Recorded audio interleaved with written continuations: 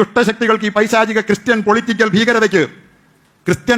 ഭീകരത, ഇതാണ് ലോകത്തിന്റെ ഏറ്റവും വലിയ ശാപം എക്കാലത്തെയും. Political Christianity. അതിനെ മറികടക്കാനാണ് അതിന്റെ വക്താക്കൾ, വാറോലകൾ, അതിന്റെ വിഷജന്തുക്കൾ ഈ മീഡിയകളിൽ ഇരുന്നു കൊണ്ട് ലോകത്തിന്റെ അപകടം പൊളിറ്റിക്കൽ ഇസ്ലാമാണെന്ന് പറയുന്നത്. ലോകത്തിന്റെ അപകടം പൊളിറ്റിക്കൽ ഇസ്ലാമാണ്. ലോകത്തിന്റെ അപകടം ഇല്ലാത്ത പൊളിറ്റിക്കൽ ഇസ്ലാമിനെ അവർ അവതരിപ്പിക്കുന്നത് എന്തിന്?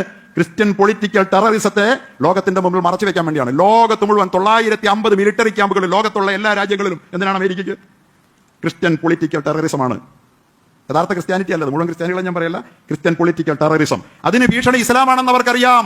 റോമയെ തകർത്ത, പേർഷ്യയെ തകർത്ത, ആദിന്റെ സമൂഹത്തിന്റെ ഫെറോവയുടെ തകർച്ചയെ കുറിച്ച് ചൂണ്ടിക്കാട്ടുന്ന ലോകത്ത് ഒരു പാവപ്പെട്ട ഇസ്ലാമിക സമൂഹത്തെ, അഫ്ഗാനിലെ മക്കളെ അങ്ങോട്ട് കയറി ചെന്ന് ആക്രമിച്ച് ദശലക്ഷക്കണക്കിന് ആളുകളെ കൊല ചെയ്ത, അവരെ കെട്ടുകെട്ടിച്ച ഒരു സമൂഹമുണ്ട്. അത് കഴിഞ്ഞപ്പോഴാണ് അമേരിക്കൻ സാമ്രാജ്യത്വം അവിടെ കയറി വന്നത്. അള്ളാഹു ഈ പ്രതിഭാസങ്ങളെ പിടിച്ച് ചൂണ്ടിക്കാട്ടി ആണയിട്ട് നമ്മളോട് പറയുന്ന കാര്യം എന്താണെന്നറിയാമോ? നിങ്ങൾ ഇന്ന് ജീവിക്കുന്ന ഈ കാലത്ത്, അപകടം പിടിച്ച ഒരു കാലത്ത്, ഇന്ന് നിങ്ങളുടെ മുമ്പിൽ ജ്വലിച്ചു നിൽക്കുന്ന ചില ശക്തികളുണ്ട്. അതുപോലെ, സമൂത് പോലെ, ഫറോവ പോലെ കുറെ സാമ്രാജ്യത്വങ്ങൾ, അതൊന്നും തകരാനുള്ളതല്ലെന്ന് നിങ്ങൾ കരുതിയിരിക്കുകയാ. പക്ഷെ സോവിയറ്റ് നിങ്ങളുടെ കൺമുമ്പിൽ തകർന്നത് ഇപ്പോഴുണ്ടല്ലോ.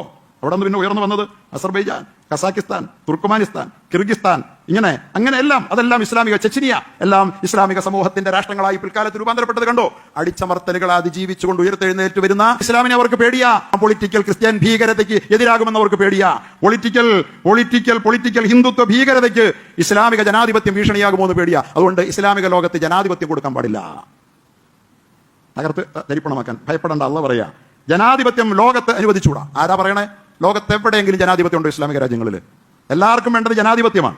പക്ഷേ ഇസ്ലാമിക രാജ്യങ്ങളിൽ ജനാധിപത്യമില്ല. ഒരൊറ്റ അറബി നാട്ടിലും ജനാധിപത്യമില്ല. ആർക്കും പരാതിയുമില്ല. എന്താ കാര്യം? ഇസ്ലാമിന് ജനാധിപത്യം അനുവദിക്കാൻ പാടില്ല. ഇത് ഞാൻ വെറുതെ പറയല്ല. ഈ കഴിഞ്ഞ ദിവസം ആഗോള സാമ്രാജ്യത്തെ ക്രിസ്ത്യൻ ഭീകരതയുടെ ഈ രാജ്യത്തെ ഏറ്റവും വലിയ വിഷജീവിയായ മറുനാടൻ എന്ന് പറയുന്ന ഒരു ചാനലുണ്ട്.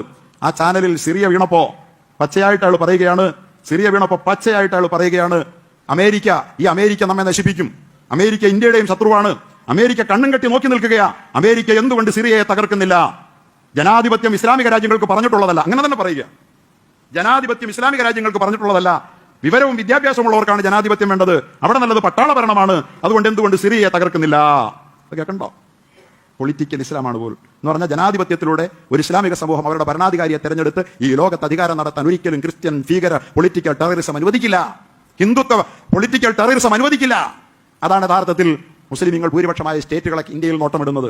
കാശ്മീരിനെ, അതുപോലെ തന്നെ മുസ്ലിമീങ്ങൾ നല്ല ശതമാനമുള്ള ആസാമിനെ, പശ്ചിമ ബംഗാളിനെ, അതുപോലെ തന്നെ ഉത്തർപ്രദേശിനെ, അതുപോലെ തന്നെ കേരളത്തെ, ലക്ഷദ്വീപിനെ ജനാധിപത്യം അവർക്ക് അനുവദിച്ചാൽ അവിടെ ജനാധിപത്യത്തിലൂടെ ജനങ്ങൾ തെരഞ്ഞെടുത്ത് അവർ അധികാരത്തിൽ വരും. അവർക്ക് കൊടുക്കാൻ പാടില്ല. മുസ്ലിങ്ങൾക്ക് ജനാധിപത്യം പാടില്ല. മുസ്ലിങ്ങളെ ജനാധിപത്യം അനുവദിച്ചോളൂ. അവർക്ക് പട്ടാള ഭരണമാണ് അവർക്ക് നല്ലത്.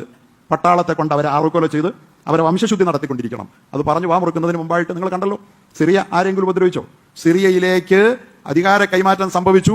ആ രാജ്യത്തെ തകർത്ത് തരിപ്പണമാക്കി 50 വർഷത്തോളമായി ആ ജനതയിൽ ന്യൂനപക്ഷമായ ഷിയാ ഭീകരതയുടെ പ്രതിനിധിയായ ബഷാർ അസദ് കുടുംബത്തിന് 50 കൊല്ലം അധികാരം കയ്യിൽ കൊടുത്ത് അവനെ ഈജിപ്തിൽ ഹുസ്നി മുബാറക്കിനെ ഇരുത്തിയതുപോലെ അങ്ങനെ അധികാരം കയ്യിൽ കൊടുത്ത് അധികാരം വാഴിച്ച സാക്ഷാൽ സാമ്രാജ്യത്വം അവൻ വീണ ഉടനെ ഇസ്രായേലിനെ കൊണ്ട് അവരുടെ സൈനിക കേന്ദ്രങ്ങളും ആയുധപ്പുരകളും മുഴുവൻ തുരുതുരെ ആക്രമിച്ച് തകർപ്പിച്ചു. അവരെന്താ ചെയ്തേ? ഇസ്രായേലിനോട് ചെയ്തേ? അവരവരുടെ അക്രമിയായ ദശലക്ഷങ്ങളെ, 10 ലക്ഷത്തോളം ജനങ്ങളെ കുരുതി കൊടുത്ത ഒരു ഭരണാധികാരിക്കെതിരിൽ ആ ജനം പൊരുതി ആ അധികാരിയെ പുറത്താക്കിയപ്പോൾ അപ്പുറത്തെ ഇസ്രായേൽ അവരെ സൈനികമായി ആക്രമിച്ച് തകർക്കുകയാണ്. എന്താണ് അതിനർത്ഥം? നിങ്ങൾക്ക് ഇതേ വിധിച്ചിട്ടുള്ളൂ, നിങ്ങൾക്ക് ജനാധിപത്യം ഞങ്ങൾ തരില്ല. ഇത് പച്ചയായി ലോകം പറയുമ്പോഴും ആരെങ്കിലും ഇന്നുവരെ അമേരിക്കയുടെ കൊള്ളരായികയെ ചോദ്യം ചെയ്യുന്നുണ്ടോ? ഇസ്രായേലിന്റെ കൊള്ളരായികയെ ചോദ്യം ചെയ്യുന്നുണ്ടോ? ഇതൊക്കെ ഈ ലോകത്ത് നടമാടുകയാ, ഇതൊക്കെ ഈ ലോകത്ത് കാണുകയാ. അപ്പോഴാണ് ഇവിടെ ഇരുന്നു കൊണ്ട് ദേ ഇസ്ലാമിക രാഷ്ട്രം വരുന്നേ, ദേ പൊളിറ്റിക്കൽ ഇസ്ലാം വരുന്നേ. പൊളിറ്റിക്കൽ ക്രിസ്ത്യൻ ഭീകരത ലോകത്തെ വിഴുങ്ങുന്നതിനിടയിൽ, പൊളിറ്റിക്കൽ ഹിന്ദുത്വ ഭീകരത ലോകത്തെ ഇന്ത്യയെ വിഴുങ്ങുന്നതിനിടയിൽ അത് കാണാതെ അതിനെതിരിൽ അരവാക്ക് പറയാത്തവൻ ദേ വരുന്നേ ഇസ്ലാമിക രാഷ്ട്രമെന്ന്. ആരാ പറയണേ? പാർട്ടിയുടെ ഉന്നതന്മാർ ഇസ്ലാമിക രാഷ്ട്രം ഉണ്ടാക്കാൻ വേണ്ടി കേരളത്തിൽ പ്രവർത്തിക്കുന്നു. ഇവനൊക്കെ വെളിവുണ്ടോ? തലയ്ക്ക് വെളിവുണ്ടെങ്കിൽ ഇസ്ലാമിക രാഷ്ട്രം ഉണ്ടാക്കുമെന്ന് സ്വതന്ത്ര ഇന്ത്യയിൽ ആരെങ്കിലും പറഞ്ഞിട്ടുണ്ടോ? ഒരാൾ സ്വതന്ത്ര ഇന്ത്യയിൽ ഇസ്ലാമിക രാഷ്ട്രം ഉണ്ടാക്കുമെന്ന് പറഞ്ഞിട്ടുണ്ടോ? ഉണ്ടാക്കാൻ ശ്രമിച്ചാൽ നടക്കുവോ? നടക്കാത്ത കാര്യത്തെ പെരുപ്പിക്കുക, എന്നാൽ നടന്നിരിക്കുന്ന ഹിന്ദുത്വ രാഷ്ട്രത്തെ കുറിച്ച് മിണ്ടാതിരിക്കുക.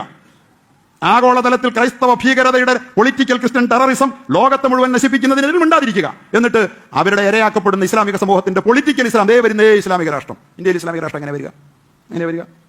സായുധമായിട്ട് ആരെങ്കിലും ഇന്ത്യയിൽ ഇസ്ലാമിക രാഷ്ട്രത്തിന് വേണ്ടി ശ്രമിക്കുന്നുണ്ടോ? ഒരു സംഘടനയുണ്ടോ? ഒരു വ്യക്തിയുണ്ടോ? പ്രസംഗത്തിലുണ്ടോ, പ്രവർത്തനത്തിലുണ്ടോ ആരെങ്കിലും ഇസ്ലാമിക രാഷ്ട്രത്തിന് വേണ്ടി പ്രവർത്തിക്കുന്ന ഒരാൾ പോലും ഇല്ലാഞ്ഞിട്ടും എല്ലാവരുടെയും നായിൽ വരുന്നത് ഇസ്ലാമിക രാഷ്ട്രമാണ്. ഹിന്ദുത്വ രാഷ്ട്രത്തെക്കുറിച്ച് ആർക്കും വേണ്ട.